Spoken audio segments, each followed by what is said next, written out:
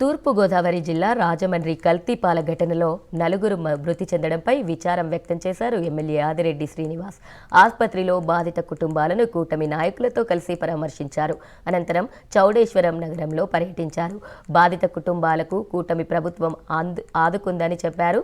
బాధితులకు ప్రైవేట్ ఆసుపత్రిలో అయ్యే వైద్య ఖర్చులను ప్రభుత్వమే భరిస్తోందని చెప్పారు. ఇకపై ఫుడ్ సేఫ్టీ అధికారులు విస్తృత తనిఖీలు చేపట్టాలంటున్న ఎమ్మెల్యే ఆదిరెడ్డి శ్రీనివాస్తో మా ప్రతినిధి శ్రీరామ్మూర్తి ఫేస్ టు ఫేస్.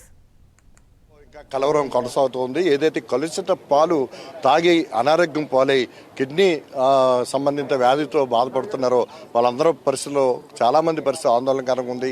ఇప్పటివరకు నలుగురు చనిపోయారు.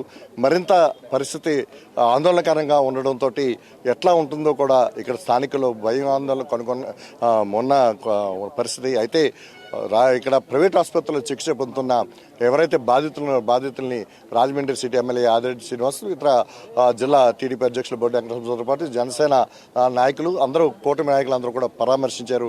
అయితే ప్రస్తుతం ఇక్కడ బాధితుల కుటుంబాలకి ఇక్కడ ఉన్న ప్రజలకి ధైర్యం కల్పించే పని ఇక్కడ చేపట్టారు. అయితే ఇప్పుడు మెడికల్ క్యాంప్ కొనసాగుతుంది. అయితే ఇక్కడ కలుషిత పాలు వల్ల వాళ్ళే ఇది చనిపోయారా లేదనేది ఇంకా నిర్ధారణ కాలేదు. ఇంకా పాలు సంబంధించిన శాంపిల్స్కి సంబంధించిన ఇంకా ఈ రిజల్ట్ రావాల్సి ఉంది. వచ్చిన తర్వాతే ఈ రూట్స్ ఏంటనేది తెలుస్తుంది. అయితే ఇప్పుడు ప్రస్తుతం ఇక్కడ ఎలాంటి పరిస్థితి ఉంది, ఇంకా ఎంత పరిస్థితి ఆందోళనకరంగా ఉంది, ఇంకా ఎంతమంది ఇక్కడ ఇలాంటి అనారోగ్య పరిస్థితులు ఉన్నాయి అనేది ఇక్కడ ఉన్న బాధితులు మాట్లాడిన పరిస్థితి నేపథ్యంలో చెప్పండి శ్రీనివాస్ గారు, మీరు ఎట్లా ఇక్కడ పరిస్థితి ఉంది, అదుపులోకి వచ్చింది అనుకుంటారా, ఇంకా పరిస్థితి ఆందోళనకరంగానే ఉందంటే? ఒకటి, అతను సరఫరా ఏదైతే పాలు చేస్తున్నాడో ఆ వ్యాపారి, ఆ కుటుంబాలన్నింటినీ కూడా ఐడెంటిఫై చేసాం. వాళ్ళందరి దగ్గర నుంచి బ్లడ్ శాంపుల్స్ సేకరించాం. అవన్నీ కూడా రిపోర్ట్స్ వస్తూ ఉన్నాయి. బ్లడ్ శాంపుల్స్ బట్టి వాళ్ళకి యూరియా కానీ క్రియేటిన్ లెవెల్స్ కానీ హైక్ అయినాయి అంటే ఆందోళన చెందే అంశం. అవన్నీ కూడా చూసుకుంటుంటే చాలా మటుకు నార్మల్గానే ఉన్నాయి. నార్మల్గా ఉండడంతో పాటు హాస్పిటల్లో కూడా మేము చూస్తుంది ఏంటంటే 60 years అబవ్ ఉన్న వాళ్ళు ఇంపాక్ట్ అవుతున్నారు, అలాగే 3 years బిలో ఉన్న వాళ్ళు ఇంపాక్ట్ అవుతూ ఉన్నారు. కాబట్టి ఆ ఏజ్ గ్రూప్ వాళ్ళపైన కూడా ఎక్కువ దృష్టి సారించమని కూడా చెప్పడం జరిగింది.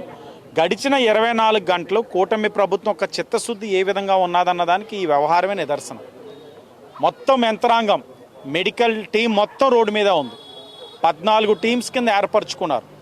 ఆ పాల వ్యాపారి ఏదైతే 106 కుటుంబాలకి పాలు వేస్తున్నారో ఆ 106 పాలు వేసిన కుటుంబాలన్నింటి దగ్గరికి మెడికల్ టీమ్స్ వెళ్ళడం, హౌస్ టు హౌస్ సర్వే చేయడం, ఆ హౌసెస్ని జియో ట్యాగింగ్ చేయడం.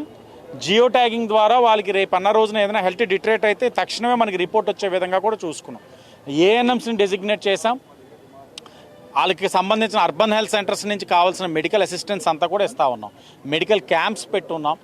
అంటే మెడికల్గా మనం చేయగలిగేది అన్నీ కూడా చేసుకుంటూ ఈరోజు నలుగురు చనిపోయి ఉన్నారు. చాలా దురదృష్టమైన సంఘటన.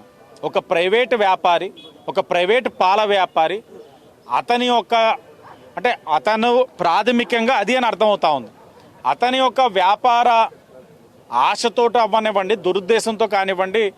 ఎందుకు దురుద్దేశం, ఆశ నేను అంటా ఉన్నానంటే, శివరాత్రి అయిన మరుసటి రోజు నుంచి 3 రోజులు పాలు చేదుగా ఉన్నాయని కిమ్స్ హాస్పిటల్లో పెద్దావిడ రికవర్ అయిన ఆవిడ చెప్పారు. చేదుగా ఉన్నాయి, ఇలాగే అయితే మాత్రం నేను ఆపేస్తాను పాలు వేయడం కూడా అని చెప్పారు ఆవిడ. అంటే ఓ దురుద్దేశం ఉందన్నది నేను అనుకుంటా ఉన్నాను. అది రిపోర్ట్స్ వచ్చిందా ఫైనల్ అవుతుంది. అంటే అతని దగ్గర కొన్ని పదార్థాలు దొరికినాయి అంటున్నారు, అతను అదుపులో తీసుకున్నారు. అవి ఎలాంటిది అనేది మీకు అధికారులతో మాట్లాడినప్పుడు ఆయన దగ్గర దొరికిన ప్రతి దాన్ని కూడా సీజ్ చేశారు, టెస్టింగ్ పంపించున్నారు.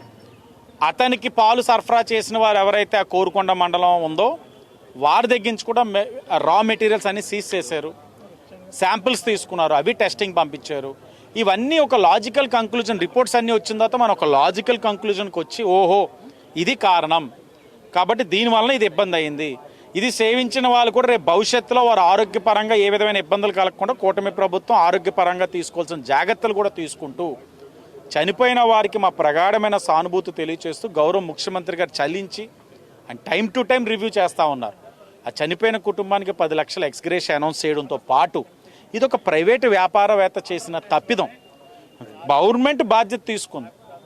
ఈరోజు మధ్యతరగతి వాళ్ళు, దిగువ మధ్యతరగతి వాళ్ళు ట్రీట్మెంట్ పొందుతున్న వాళ్ళు ఇందాకే చెప్తున్నారు. ఒక పేషెంట్, 2 పేషెంట్స్ చిన్నపిల్లలు, 8.5 లక్షలు 8.5 లక్షలు, ఒక పేషెంట్కి 3.5 లక్షలు. మధ్యతరగతి వాళ్ళు భరించగలుగుతారా? పెద్ద మనసుతోటి ఈ రోజున గౌరవ ముఖ్యమంత్రి గారు ఎంతైనా కానివ్వండి, ఎన్ని లక్షలైనా కానివ్వనండి, ప్రభుత్వమే బాధ్యత తీసుకుంటుంది. ఈ యొక్క ఇబ్బంది, ఈ ఎపిసోడ్లో ఇబ్బంది పడిన వారు మెడికల్గా ఏ ఒక్క రూపాయి కూడా ఖర్చు పెట్టక్కలే, ప్రతి రూపాయి కూడా ప్రభుత్వం బాధ్యత తీసుకుంటుందని ఈరోజు మా చిత్తశుద్ధిని నిరూపించుకుంటా ఉన్నాం. ఇది దీనికి సంబంధించిన ఏదైతే పాలు పెరుగు ఏదైతే కలుషిత పాలు సరఫరా చేశారో ఆ వ్యక్తికి సంబంధించిన అన్నీ కూడా నమూనాలు పంపించారు. ఆ టెస్ట్లకు సంబంధించి రేపటికి వస్తాయి. రేపు వచ్చిన తర్వాత ఇది పూర్తి నిర్ధారణ అవుతుంది. అయితే ఫుడ్ సేఫ్టీ అధికారులని మేము అప్రమత్తం చేసి ఇక నుంచి ఇది కల్తీ లేని పాలు సరఫరాగా చేయటం. ఇప్పుడు ఈ కల్తీ పాలు తాగిన వారు అందరూ కూడా ఎవరున్నా సరే వారికి పూర్తి స్థాయిలో ప్రభుత్వం ఇక్కడ వైద్యం అందిస్తుంది. ఎలాంటి వైద్యానికైనా సరే ప్రభుత్వం వెనకాడదు. అలాగే ఇప్పుడు బాధిత ఎవరైతే మృతుల కుటుంబాలు ఉన్నారో ఆ వారికి 10 లక్షల రూపాయలు ex gratia ప్రకటించాం.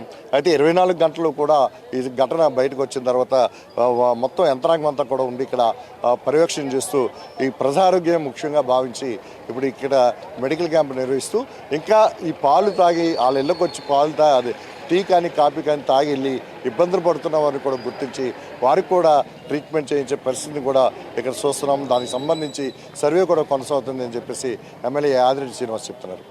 Cameraman నానితో Sriramurthy, prime news, లాలా చెరువు, స్వరూప్ నగర్, సోడేశ్వర నగర్ ప్రాంతం నుంచి.